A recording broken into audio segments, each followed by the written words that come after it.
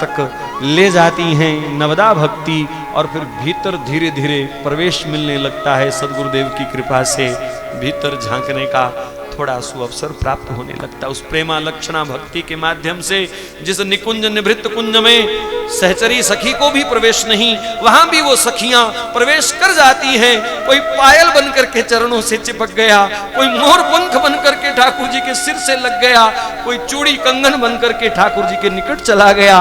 उस प्रेमा लक्षणा भक्ति के आधार पर जीव निकट निकट निकट स्थितियों का फिर अनुभव करता है। मां गदगद हुई, गदगद हुई।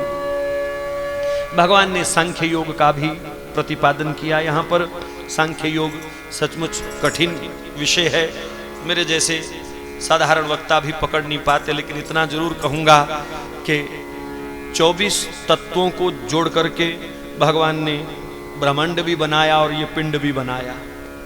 ये 24 तत्वों से बना हुआ शरीर जड़ माना गया, लेकिन चेतन है आत्मा, दोनों की लग गई है गांठ। गोस्वामी जी ने एक ही चुपाई में सांख्य सिद्धांत सुना दिया।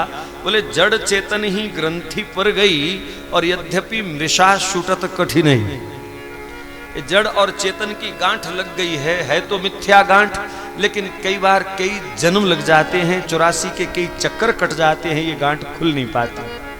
सांसारिक वासनाओं को हृदय में लेकर के जीव जब जब भी मरता है उसे पुनः जन्म लेना पड़ता है, या फिर संसारिक सुख भोगता हुआ श्रेष्ठ कर्म करता हुआ वो ज्यादा से ज्यादा स्वर्ग तक जा सकता है, मोक्ष प्राप्त नहीं हो पाता उसको। लेकिन मोक्ष स्वर्ग जाता तो सीधा है, आता फिर सिर केवल उल्टा है, ये चक्कर बना रहता है। तो जड़ चेतन की इस गांठ को खोलने के लिए भगवान ने सांख्य सिद्धांत समझाया। जैसे पुष्प से गंध को अलग कैसे करना है, जैसे काष्ठ से अग्नि को अलग कैसे करना है, जल से रस को कैसे अलग करना है, ऐसे ही जड़ शरीर से चेतन आत्मा को कैसे अलग करना है। इसमें फिर अनेक साधन बताए गए, यम नियम आसन प्रत्याहार प्राणायाम धारणा ध्यान समाधि इत्यादि, उन सब का उल्लेख श्री कपिल देव भगवान ने माँ को समझाया। लेकिन माँ को तो नवदा भक्ति ही अधिक रुचिकर लगी और उसी के आधार पर उसने अपने जीवन को संवार लिया। बोलो कपिल भगवान की जय। आगे चल करके परम पावनी भागीरथी माँ के तट पर विराजमान श्री सुखदेव जी महाराज ने मनु जी की दूसरी कन्याओं का भी वर्णन किया है, और अकूति नाम की जो उनकी कन्या है उसका विवाह प्रजापति रुचि के साथ हुआ। यहाँ भी भगवान का एक अवतार हुआ। बोलो यज्ञ नारायण भगवान की जय। और उसके बाद जो तीसरी कन्या है प्रसूति, इनका विवाह प्रजापति दक्ष से हुआ। यहाँ 16 कन्याओं को जन्म दिया है देवी ने, और दक्ष ने 13 कन्याओं का धर्म से विवाह कर दिया, एक का अग्निदेव से, एक का पितरदेव से, और एक कन्या का विवाह भूत भावन भोलेनाथ भगवान से हुआ, जो सती नाम की कन्या थी।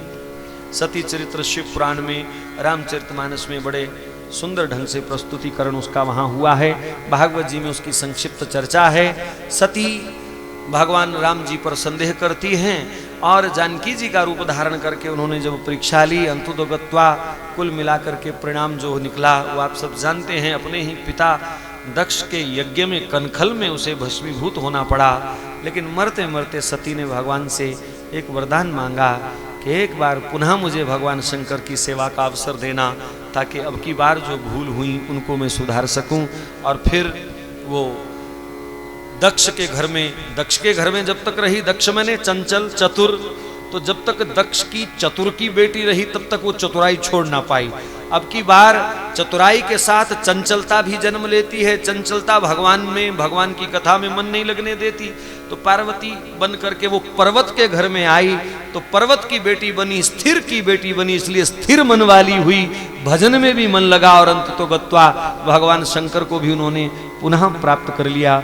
इस प्रकार तीनों कन्याओं की यहाँ पर श्री सुखदेव जी महाराज ने चर्चा करी, और आगे चल करके उत्तानपाद का सुंदर जिक्र आया, पुत्र का।